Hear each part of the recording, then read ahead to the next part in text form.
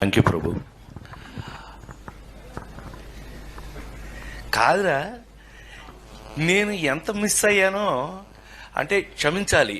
ఇలా ఉంటుందని మీరందరూ వస్తున్నారని నిన్న గనక అచ్చన నీ సంగతి బయటికి వెళ్ళక చూసుకుందాం. మనం ఎప్పుడూ ఉన్నదే కదా.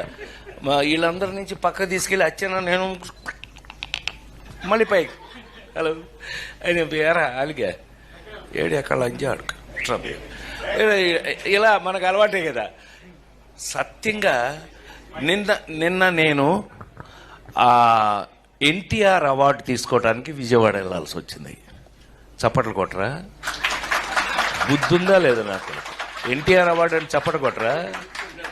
ఏంటి బ్రెయిన్ పోయిందా అందరికి? చెప్పి కొట్టించుకోవడం ఏంటి అన్నయ్య? దానికి కొట్టకపోతే నీకు సిగ్గులేనట్లు లెక్క. విశ్వవిఖ్యాత నట సార్వభౌమ నందమూరి తారక రామారావు.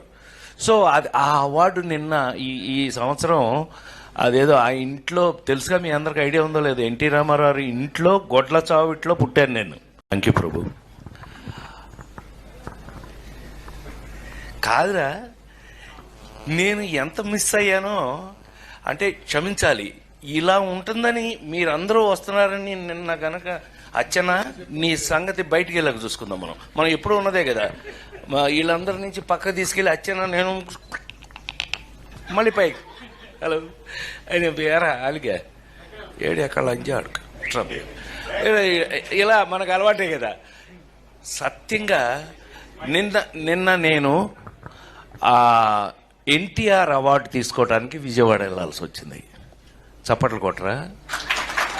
బుద్ధుందా లేదా నాకు? ఎన్టీఆర్ అవార్డు అని చప్పట్లు కొట్టరా? ఏంటి బ్రెయిన్ పోయిందా అందరికి? చెప్పి కొట్టించుకోవడం ఏంటి అన్నయ్య? దానికి కొట్టకపోతే నీకు సిగ్గులేనట్లు లెక్క. విశ్వవిఖ్యాత నట సార్వభౌమ నందమూరి తారక రామారావు.